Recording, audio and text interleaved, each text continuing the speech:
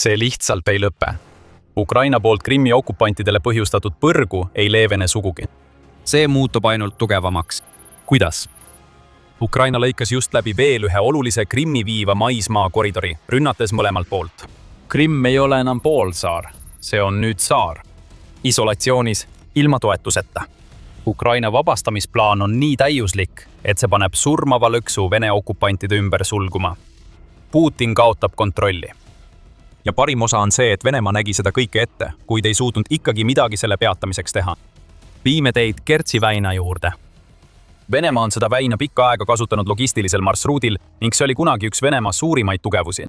Aga nüüd on Ukrainal keskmaa ründedroonid, mis tähendab, et Kertši väin on muutunud varast suureks koormaks. Just seda nägimegi 21. juuni ööd. Ukraina ründas ikka ja jälle. Drooni pommitamise lõpuks teatati tulekahjudest okupeeritud Kertšis, samuti Venemaa sadamas Kafkaas, mis asub Krasnodari piirkonnas, ja Krimmis endas. Veel üks arter lõigatakse lahti. Ja see on Venemaa kütus ja varud, mis voolavad välja nagu verejuga. Ukraina ei varja sellest midagi. Pärast rünnakuid läks president Volodõmõr Zelenski telegrammi, et hõõruda Vene läbikukkumist otse Putini nina alla. Jagades kaadreid ühe Ukraina rünnaku tagajärgedest, teatas Zelenski. Eelmisel ööl sihtisid meie kaugmaaraketid okupantide sõjalist logistikat, naftatööstust ja õhutõrjet. Kõik see on vaid vastus Venemaa jõhkratele rünnakutele meie rahva vastu. Tänan Ukraina julgeolekuteenistuse võitlejaid, mehitamata süsteemide vägesid, Ukraina kaitseluuret ja erioperatsioonide vägesid nende eduka töö eest. Umbes 300 kilomeetri kaugusel rindejoonest. Ukraina on nii kindel oma territooriumi tagasivõitmises ja sellel on oma põhjus. Ukraina teab, et Venemaa on Krimmis lõksus ja Putin ei saa selle vastu midagi teha.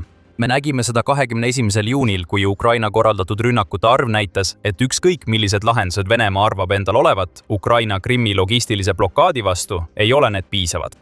Tunnistajate ütluste, satelliitide tulekahju tuvastamise ja Ukraina enda raportite kombinatsioon annab meile kogu loo. Mõlemal pool Kertši väina sai pihta rajatised, sealhulgas merenafta logistika infrastruktuur Krasnodaris ja naftabaas Kertšis. Esimest rajatist kasutatakse kütuse transportimiseks Krimmi ja okupeeritud aladele. See asub Tšuška-Neemel ja on üks Venemaa tähtsamaid logistikasõlmi Musta mere ja Aasovi mere piirkonnas. Teisisõnu, Port Kafkaas Krasnodaris on eluliselt tähtis selleks, et hoida okupeerijad Krimmis ja Lõuna-Ukrainas varustatuna.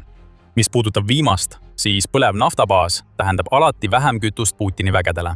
Antud juhul on võimalik, et Ukraina tabas IGZ terminali vedelgaasi kompleksi depoos, hävitades tõenäoliselt ka kütuse. Krimmi Tuul Telegrammi kanal avaldab, et NASA Firmsi satelliidi jälgimissüsteem on tuvastanud niinimetatud soojusanomaaliat Kertši väina piirkonnas, mis algasid umbes kell 1 öösel kohaliku aja järgi. Soojuslikud anomaaliad tähendavad tohutuid ja hirmuäratavaid tulekahjusid, mille eest pole pääsu. United24 meedia lisab, et kohapeal viibinud pealtnägijad peatasid plahvatustest, droonidest ja Venemaa õhutõrje ebaõnnestunud katsetest neid rünnakuid peatada mitmes piirkonnas, sealhulgas Kertšis, Bakšisarais, Sevastopolis ja Simferopolis. Kaadrid on juba hakanud sotsiaalmeedias levima. Lisaks sellele, mida Krimmi tuulekanal on jaganud, näitavad Serhii Stanenko poolt X-is avaldatud videod, kuidas Kertši sadam põleb pärast Ukraina ulatuslikku droonirünnakut. Me näeme tohutuid tulekahjusid, suitsu tõusmas õhku ja videoid suurtest leekidest, mille on põhjustanud Ukraina. Kõik see hakkab Putini sissetungi ajal muutuma tavapäraseks vaatepildiks. Riik, kes ei pidanud kunagi suutma Venemaad kaugelt tabada, laseb nüüd peaaegu iga päev droone, et purustada Venemaa energiataristut ja halvata logistikat, mis varustab Krimmi. Kahepoolne rünnak on Venemaa jaoks juba iseenesest halb, kuid Ukraina polnud kaugeltki lõpetanud. Pärast Ukraina rünnakut avaldas Venemaa Krasnodari operatiivgrupp huvitava telegrammi postituse. 21. juuni ööl hukkus Kertši parvlaeva ületuskohas inimene vaenlase rünnaku tagajärjel. Temriuki rajoonis Kertši parvlaeva ületuskohas rünnati Panagia parvlaeva. Esmastel andmetel hukkus üks inimene ja üks sai vigastada. Venemaa üritab selgelt luua narratiivi, justkui oleks Ukraina rünnanud tsiviilparvlaeva, kuna ei mainita selle rünnaku puhul mingit sõjalist eesmärki, kuid Venemaa valetab. Ka seekord Panagia ei ole mingi kruiisilaev. Nagu United24 meedia paljastab, on see parvlaev muutunud Venemaa logistika jaoks üha olulisemaks pärast seda, kui korduvad Ukraina rünnakud Kertši sillale, mis ühendab Venemaad Krimmiga, sundisid Putini vägesid selle maismaatee kasutamise lõpetama. väljaanne teatab, et avatud allikate analüütikud on dokumenteerinud, et just seda konkreetset parvlaeva on kasutatud õhutõrjerakettide komponentide ja sõjaväevarustuse vedamiseks Venemaa mandriosa ja Krimmi vahel. Prigožini löögirühm tahab, et te usuksite, et Ukraina tappis südametult kellegi, kes sõitis parvlaevaga. Mida nad teile ei räägi, on see, et see parvlaev oli sõjaline vara ja Ukraina tabas seda lihtsalt kõvasti. Pärast parvlaeva rünnakut reageeris Venemaa puhta paanikaga. Kõik parvlaevaühendused Port Kavkazi ja Kertši vahel on peatatud ning Vene võimud on andnud sõjaväele korralduse kasutada maismaanteid, mis kulgevad läbi Rostovi Doni ääres, Melitopoli, Mariupoli ja Simferopoli. See tundub hea mõte. Pole ju nii, et Ukraina oleks juba nädalaid pommitanud droonidega R-280 maanteed, mis ühendab kõiki neid piirkondi. Oota, just seda Ukraina teebki. Putini käsilastele on öeldud, et nad peavad hüppama otse pannilt tulle mööda maismaateed, mida Ukraina droonid täielikult kontrollivad. See on meeleheide selle kõige puhtamal kujul ja näitab meile, kui halvasti Venemaal õnnestub oma Krimmi okupante varustada. Putini lahendus olulise veetee sulgemisele on saata oma sõdurid mööda surma maanteed, kus Ukraina droonid võivad igal hetkel rünnata. Ja Venemaa ei suuda eriti midagi teha, et kaitsta oma kaupa ja varustust R-280 maanteel. Juba niigi haavatav see tee, koos kogu Krimmi ja sinna viivate logistiliste marsruutidega, on muutunud veelgi suuremaks sihtmärgiks. Ukraina hävitas 21. juuni reidi käigus veel midagi väga olulist. Veelgi rohkem õhutõrjesüsteeme, mis peaksid seda kõike kaitsma. Ukraina salateenistus ehk SBU avaldas kõik Telegrami postituses öeldes. Lisaks lülitasid SBU ja SOU välja 4 S-400 õhutõrjeraketisüsteemi radarijaama ning 2 Pantsiri õhutõrjeraketi ja suurtükisüsteemi, mis asusid otse Krimmi silla peal. Need õhutõrjeüksused paiknesid ületuskoha lähedal, mida Ukraina hetke pärast sihtis. Nii et siin näeme väga intelligentset ja mitmekihilist lähenemist rünnakutele. Kõigepealt kõrvaldatakse õhutõrje, seejärel rünnatakse sihtmärke. Aga asi pole ainult selles. 3 täiendava õhutõrjesüsteemi kaotusega, mis pidid kaitsma Krimmi ja selle logistikat, peab Venemaa nüüd tegelema tohutu probleemi süvenemisega, mis üldse kogu selle olukorra võimalikuks teeb. Venemaal hakkab õhutõrjest puudus tulema. Ja see tähendab, et Krimm muutub poolsaarest isoleeritud saareks, mis ei suuda end kaitsta. See on Ukraina eesmärk ja see kõik on osa täiuslikust plaanist, millest Venemaa ei saa põgeneda. Aga enne kui me sellesse sügavamalt sukeldume, tuletan meelde, et te vaatate saadet The Military Show. Kui te pole veel tellinud, siis nüüd on ideaalne aeg nuppu vajutada, enne kui jätkame raportiga. Teeme ühe asja täiesti selgeks. Venemaa väed okupeeritud Ukrainas sõltuvad Krimmist. Suurema osa Putini sissetungist on Venemaa kasutanud Krimmi poolsaarena ära, et varustada oma vägesid mujal Ukrainas. Aga nüüd see staatus muutub ja Ukraina kaitseminister Mihhailo Fedorov avaldab, kuidas see toimub. Ta ütleb, et Ukraina muudab Krimmi saareks, mis toob venelastele kaasa väga ootamatuid tagajärgi. Fedorov ei öelnud rohkem midagi. Võib-olla ta ei tahtnud üllatust ära rikkuda. Aga me võime spekuleerida ning on 3 väga selget stsenaariumi, mida Ukraina võiks luua, kui tal õnnestub jätkata kõike seda, mida ta teeb Krimmi täielikuks isoleerimiseks. Esiteks hoiab Krimm Venemaa vägesid okupeeritud Zaporižja piirkondades varustatuna. Need väed peaksid tungima piirkonna pealinna ning Putin on nõudnud, et Venemaa vallutaks selle linna suve lõpuks. Edenemine on juba aeglane. Hoolimata rünnakute suurendamisest teatab RBC Ukrain, et Venemaal ei ole õnnestunud Zaporižja piirkonnas märkimisväärseid edusamme saavutada. Putini käsilastel on veidi üle 2 kuu aega, et saavutada eesmärk, mille nende hull juht on neile seadnud. See tundus juba algusest peale ebatõenäoline. Kui need väed lõigatakse Krimmist ära, muutub ebatõenäoline rünnak võimatuks. Zaporižja linn peab vastu ja Venemaa seisab taas silmitsi aastaga, kus ta pole suutnud suvekuusid enda kasuks ära kasutada. Siis on veel Herson. Võib-olla tead juba, et see konkreetne oblast on viimastel nädalatel olnud uudistes. Juunikuu alguses korraldas Ukraina droonirünnaku Tšernobõli sillale, mis ühendab Hersoni Krimmiga, ning sellele järgnesid rünnakud alternatiivsetele ületuskohtadele, mida Venemaa üritas kasutada oma logistilise läbilaskevõime säilitamiseks. See üksi viitab üsna ilmsele teisele tagajärjele, kui Ukraina muudab Krimmi saareks. Venemaal hakkab tõsiselt raskusi tekkima okupeeritud Hersoni piirkondade hoidmisega. Ukraina sundis juba 2022 aastal Putini väed oblasti pealinnast lahkuma, mis sai võimalikuks tänu pidevatele löökidele, mis sihtisid Vene logistikat nii Pro jõe läänekaldal, muutes linna hoidmise võimatuks.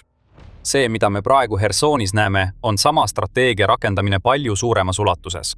Venemaa kontrollis 2025 aasta suveks umbes 3/4 Hersoni ja Zaporižja piirkondadest, teatab Al Jazeera. Ukraina Krimmi isoleerimine muudab Venemaal palju raskemaks hoida kontrolli nende oblastite osade üle, mille üle tema haare on parimal juhul nõrk. Vladimir Putin sunnitakse otsust tegema. Kas suunata rohkem vägesid teistest okupeeritud piirkondadest, et hoida positsioone Hersonis, või loovutada see Ukrainale? Kumbki valik ei ole Vladimir Putini jaoks hea. Ja see toob meid kenasti kolmanda ootamatu tagajärjeni, mis kaasneb sellega, et Ukraina muudab Krimmi saareks. Kui Ukraina suudab Krimmi täielikult isoleerida, mida pole veel tehtud, peab Vladimir Putin tegema veel ühe suure otsuse. Kas ta jätkab vägede saatmist Donbassi piirkonda, mis on olnud rahuläbirääkimiste keskmes juba üle aasta? Vladimir Putin tahab meeleheitlikult, et Ukraina loovutaks selle piirkonna, ja ta on seadnud oma sõduritele praktiliselt võimatu eesmärgi vallutada see Ukrainalt septembriks. Nii et me teame, kui väga ta seda tahab. Või suunab Vladimir Putin rohkem vägesid ja varustust Krimmi, et tugevdada selle kaitset ja leevendada isoleeritust, nõrgendades seeläbi Donbassi pealetungi ning paljastades Vene tagala selles piirkonnas veelgi rohkematele õhurünnakutele. Jällegi, kumbki pole hea valik. Igal juhul kaotab Vladimir Putin igasuguse kontrolli, mida ta arvab endal olevat piirkonna üle, mille ta väidab peaks olevat Venemaa kontrolli all. Ja Ukraina sunnitada oma otsust kiiremini tegema. Lisaks kõigile rünnakutele Venemaa logistika vastu ründasid Ukraina droonid 21. juunil ka otseselt Krimmi. Sergei Aksionov, kes on Putini marionettkuberner Poolsaarel, teatas, et samal päeval, kui Poolsaarel süttis suur kütuselaa hoone, peatatakse kõik kütusemüügid tanklates. Selline olukord ei saa kaua kesta, enne kui Putin peab tegema valiku. Ja just see, rohkem kui miski muu, teeb Ukraina Krimmi plaani nii täiuslikuks. Kõiges selles näeme, kuidas Ukraina viib ellu plaani, mis on oma olemuselt lihtne, kuid mida teostatakse nii geniaalselt, et Venemaal ei jää tegelikult mingit pääseteed. Endine USA armee Euroopa vägede ülem Ben Hodges selgitab plaani lühidalt. Kirjeldades Krimmi kui selle sõja võtme kohta, rääkis Ben Hodges 27. mail antud intervjuus Ukraina Informerile, mida Ukraina teed. Minu jaoks on see natuke lihtsustatud, kuid Krimmi vabastamise esimene faas või esimene samm on selle isoleerimine, tee katkestamine, mis viib Žankovi, silla hävitamine, ütleb Ben Hodges enne jätkamist. Ja siis teine samm, mis puudutab teie head küsimust, on muuta see venelaste jaoks talumatuks, kasutamiskõlbmatuks. Ma mõtlen, et Ukrainal on nüüd võime tabada iga ruutmeetrit Krimmis. Tail on täppislöögid, mis ulatuvad igale poole. Ja pole mingit saladust, kus venelased asuvad, kus on lennuväljad, kus on merevägi, mis iganes neil veel alles on, logistika, kõik on olemas. Nii et te lihtsalt jätkate pommitamist, kuni venelased saavad aru, et nad ei saa sinna jääda. Krimmis pole venelaste jaoks mingit kasu. See ongi lühidalt see, mida Ukraina teed. Krimmi isoleerimine teenib mitmeid eesmärke, muutes sellised kohad nagu Herson ja Zaporižja Venemaa jaoks palju ohtlikumaks. Varustusliinide katkestamine Krimmist nendesse piirkondadesse toob vältimatult kaasa rohkem surmasid Putini halvasti varustatud sõdurite seas ning loob ka võimalusi Ukrainale alustada vasturünnakuid nõrgenenud Vene rindel. Aga eesmärk on alati Krimm tagasi vallutada. Ja selle asemel, et saata vägesid Poolsaarele, töötab Ukraina selle nimel, et muuta Krimmi hoidmine Putinile võimatuks. Nagu Hodges ütleb, teab Ukraina, kus asub iga suurem sõjaline sihtmärk saarel. Pidev kampaania Krimmi õhutõrje vastu muudab need sihtmärgid tabatavaks. Ja nüüd, kui Ukraina hävitab Vene logistikat, mis liigub Poolsaarele ja sealt välja, on Venemaad tõsistes raskustes. Ükshaaval lõigatakse sidemed läbi. 21. juuni rünnak tähistab veel üht teed, mille Ukraina on just muutnud surmatsooniks. Varsti lõigatakse Krimm ära, triivides nagu saar. Poolsaar jääb sisuliselt blokaadi alla, mis mõjutab kogu Venemaa-Ukraina kampaaniat. Nüüd ei ole Ukraina ülesanne mitte ainult säilitada Krimmile avaldatavat survet, vaid seda ka suurendada. Rünnaku tempo peab suurenema ja Euromaidan pressi sõnul ongi see juba toimumas. See ütleb, et Ukraina K2 üksus on suurepärane näide oma kampaanias, kus hävitatakse Vene varustustransporti Krimmi teenindavatel logistilistel marsruutidel. Aprillis viis see üksus läbi. 258 lööki. Mais tõusis see number 344-ni. Juunikuu keskpaigaks oli see üksus tabanud 215 sõidukit, mis viitab sellele, et kuu lõpuks ületatakse 400 piiri. Aga siin muutub juba niigi õudne olukord Venemaa jaoks tõsiseks. Venemaa teadis, et see kõik on tulemas, kuid pole suutnud midagi teha selle peatamiseks. Ukraina plaanid Krimmi suhtes polnud mingi suur saladus. Suurem osa 2025 aastast kulus riigil droonide kasutamisele, et rünnata Krimmi õhutõrjet ja sõjalisi sihtmärke Poolsaarel. Samal aastal ilmus ka Ukraina keskmaa ründedroonide võimekus, millest palju räägiti. Fjodorov toob esile, et tootmine on kasvanud, märkides, et Ukraina kaitseministeerium on juba 2026 aasta esimese 4 kuuga tellinud 300% rohkem keskmaa ründedroone kui kogu 2025 aasta jooksul. Kui Venemaa nägi kõike ette, siis miks ei ole ta suutnud Ukrainat peatada? Vastus on lihtne. Venemaal ei ole piisavalt õhutõrjet. Pärast enam kui 4 aastat kestnud sõda ja Ukraina kampaaniat, mis on Ukraina rahandusministeeriumi andmetel Venemaale maksma läinud 1437 õhutõrjesüsteemi ja see number kasvab, on Venemaale jäänud parimal juhul auklik õhutõrje. Kui sellele lisada veel asjaolu, et enamik Venemaa süsteeme on loodud klassikaliste ohtude nagu tiibrakettide tõrjumiseks, siis on tulemuseks kindel tee katastroofini. Keskmise ja pika tegevusraadiusega droonide lisandumine muudab olukorra enamiku nende süsteemide jaoks õudusunenäoks. Need pole loodud selliste sihtmärkidega tegelemiseks. Ja asjaolu, et paljud droonid on valmistatud komposiitmaterjalidest nagu plast ja vineer, muudab olukorra veelgi hullemaks. Süsteemid, mis on loodud sihtmärkide jälgimiseks soojusjälgede abil, ei suuda palju ära teha droonide vastu, mis nende radaritel ei ilmu. Krimmi kilp laguneb koost. Ja mis veel hullem, Venemaa ei saa osta õhutõrjesüsteeme, mida oleks vaja selle tugevdamiseks. 20. juuni raportis rääkis Euromaidan Press droonide komandöriga, kelle kutsung on Charger. Töötades Ukraina 413 mehitamata süsteemide rügemendis, ütleb Charger, et Venemaa suur probleem praegu on see, et nad ei saa kätte mikrokiipe, mida neil on vaja rohkemate õhutõrjesüsteemide ehitamiseks. Kuna see on napp ressurss, on see väga kallis. Ja isegi kui nad lihtsalt viskavad tootjale kotitäie dollareid, ei teki õhutõrje niisama, sest mikrokiipi pole, ütles Charger ja lisas. Pole olemas sellist seadet, kuhu paned raha sisse ja see annab sulle mikrokiibi, mis juhib õhutõrjeraketti. Ta hea meeles, et ka Venemaal on vaja mikrokiipe rakettide jaoks, mida ta kasutab Ukraina ründamiseks. Kui üks saab, jääb teine ilma ja selle hinna maksab Krimm. Venemaal on ka teisi meetodeid droonidega toime tulemiseks. Elektroonilise sõjapidamise süsteemid suudavad signaale segada ja droone kursilt kõrvale juhtida. Või vähemalt suutsid. Droonidega, mida Ukraina kasutab Krimmi isoleerimiseks, ei aita isegi segamine enam. Ukraina keskmaa ründedroonid ei tee Vene tagalat lihtsalt haavatavaks. Paljud, näiteks Hornet, mis on olnud 2026 aasta Krimmi vastase kampaania üks silmapaistvamaid droone, kasutavad sihtmärkideni jõudmiseks ka tehisintellekti. See võtab segatavad signaalid mängust välja, jättes Venemaale järjest kulunumad õhutõrjesüsteemid, mida Ukraina on tõestanud, et suudab ületada ja rünnata. Kõik see tähendab, et Venemaal puuduvad vahendid end kaitsta Ukraina Krimmi strateegia vastu. Ja Putin ning tema käsilased näevad kõik ette. Ukraina pole oma kavatsusi mingiks suureks saladuseks teinud, mis Venemaad ootamatult tabaks. Kaitse on teoorias lihtne. Ukraina keskmaa ründedroonid tuleb peatada. See ongi see, mis päästaks Venemaa jaoks okupeeritud Krimmi, aga Venemaa ei suuda seda teha. Putini väed on nagu lõksu püütud rotid. Latt on all ja rott teab täpselt, millist probleemi ta peab lahendama, aga pääsu pole. Vigastatud rott saab ainult surma oodata. Praegu ongi Venemaa Krimmis sellises olukorras. Vaatab, ootab ja loodab imele, mis päästaks selle ebaseadusliku annekteerimise. Aga seda imet ei tule. Kõik, mis Krimmi ja ümbritsevatesse piirkondadesse jõuab, on veelgi rohkem keskmaa ründedroone. Lõks on käivitunud. Venemaalt pigistatakse elu välja. Ja varem või hiljem kustuvad tuled. Putini Krimm saab läbi. Võiks väita, et see on juba läbi. Poolsaar, mis pidi olema Venemaa üleoleku sümbol Ukraina suhtes, on nüüd haavatavam kui kunagi varem Venemaa okupatsiooni ajal. Krimmist on saanud Venemaa jaoks koorem ning meil on palju rohkem seletada, kui rääkida sellest, kuidas ja miks see nii on. Kui soovite rohkem teada saada, vaadake meie ülevaadet Krimmi olukorrast ja sellest, miks see on Putini jaoks nii halb. Ja kui teile see video meeldis, siis kindlasti tellige kanal ning tulge iga päev tagasi, et näha rohkem videoid saatest The Military Show. Ja nagu alati, aitäh vaatamast!